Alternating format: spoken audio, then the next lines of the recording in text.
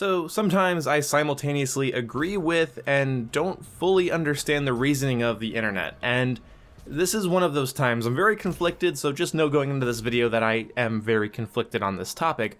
And it's not really that controversial of one, it's really just people think that Doom Eternal is very hard with a controller compared to keyboard and mouse. Seeing how Doom Eternal's main source of difficulty comes from overwhelming the player, a standard controller's inability to jump and look simultaneously, or dash and look simultaneously, things of that sort, are really gonna put players at a disadvantage. Taking your thumbs off of your left and right stick to use the D-pad or the face buttons can really put you at a disadvantage due to just how much this game throws at you. You don't have time to scratch your face, which you shouldn't be doing right now anyway, I guess, but either way, you don't even have time to scratch your face during hectic combat scenarios in this game. So, does that mean the game can't be played with a controller? No. But the big thing is that on a standard controller, you cannot simultaneously look while initiating a jump or a dash at the same time. Now, are you capable of working around that?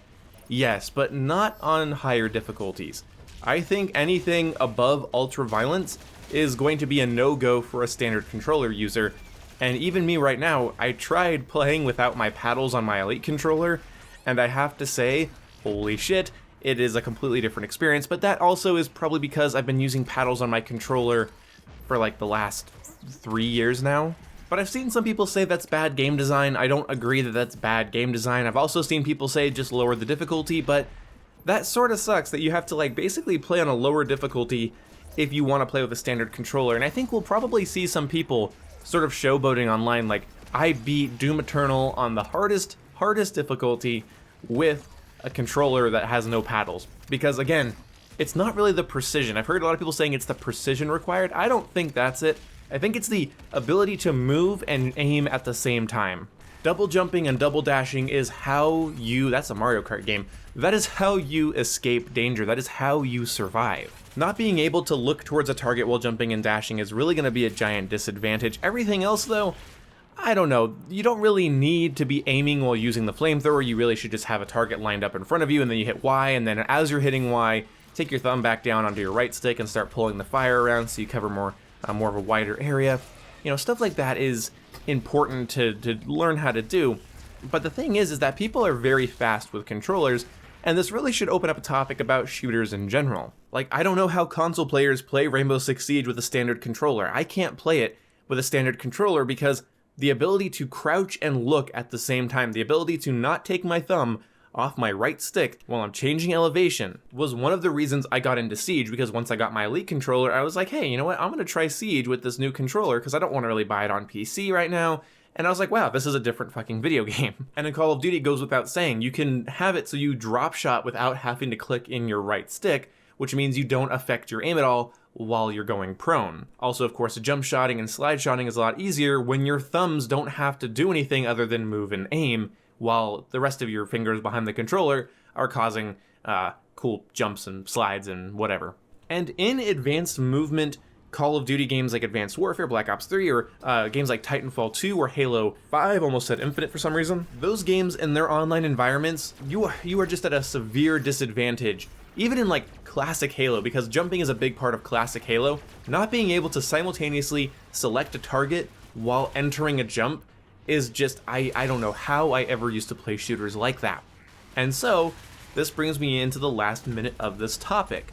So, what can be done about this? Well, I don't fucking know, but look, I think that the next generation of controllers should really launch with either an add-on in the same way that PlayStation's doing an add-on for their controllers where you can add 2 buttons to the back of your controller, but I also think Xbox should just have 2 buttons in this area on the controller, and they should be programmable. Now, this wouldn't really take too many sales away from the Elite controller too, because that has a whole well of other features for really competitive gamers, but we're getting to a point now where games are becoming more and more intense, and our consoles are becoming way more powerful, but yet the controller is the main limiting factor. Your skill is becoming bottlenecked by the controller, and I don't honestly think it's because of the analog sticks or precision. In fact, Doom Eternal's aim assist is really good, especially if you turn off snap aim, but if you do happen to play Doom Eternal with snap aim on, I will warn you, it will restart puberty for you. I'm just letting you know, you'll start from square one on that front. But on the back of next-gen controllers, there should either be a relatively affordable attachment that you can put on the back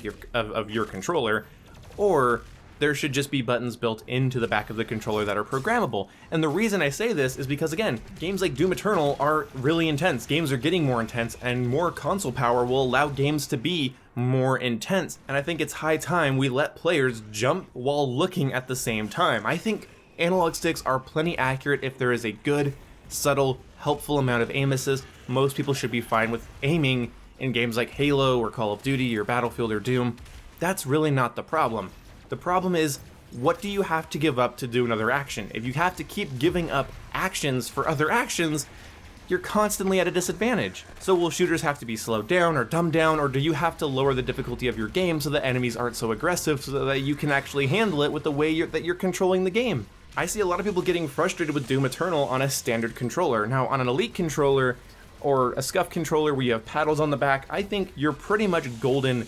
On most difficulties. I imagine it wouldn't be too much of a problem, especially if you're a very proficient controller user. Honestly, I have the same opinion when playing Kingdom Hearts 2 on harder difficulties with an Elite controller. It feels so much better to be able to jump and attack while still having free control over my camera. The ability to multitask buttons with your analog sticks is just a great feature for any game, not just FPS games. So I think it's high time that programmable rear buttons just become the norm on the back of standard issue controllers. I don't think controllers like the Elite controller or like the new Astro PS4 controller, I don't think those should become the norm because those are more specialty controllers. There's a lot of love put into them. They have other features other than just rear paddles.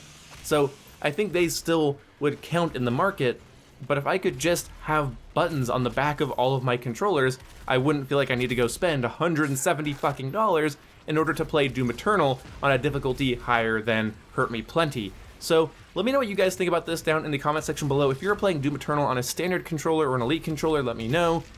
Did you try playing it on the controller on your PC and just laughed and went back to your keyboard and mouse? Let me know your opinion and how they could fix this. I feel bad that people will end up playing a game like Doom Eternal on an easier difficulty because of the inherent limitations of a current gen controller. So let me know what you think down in the comment section below. I will see you when I see you. Goodbye.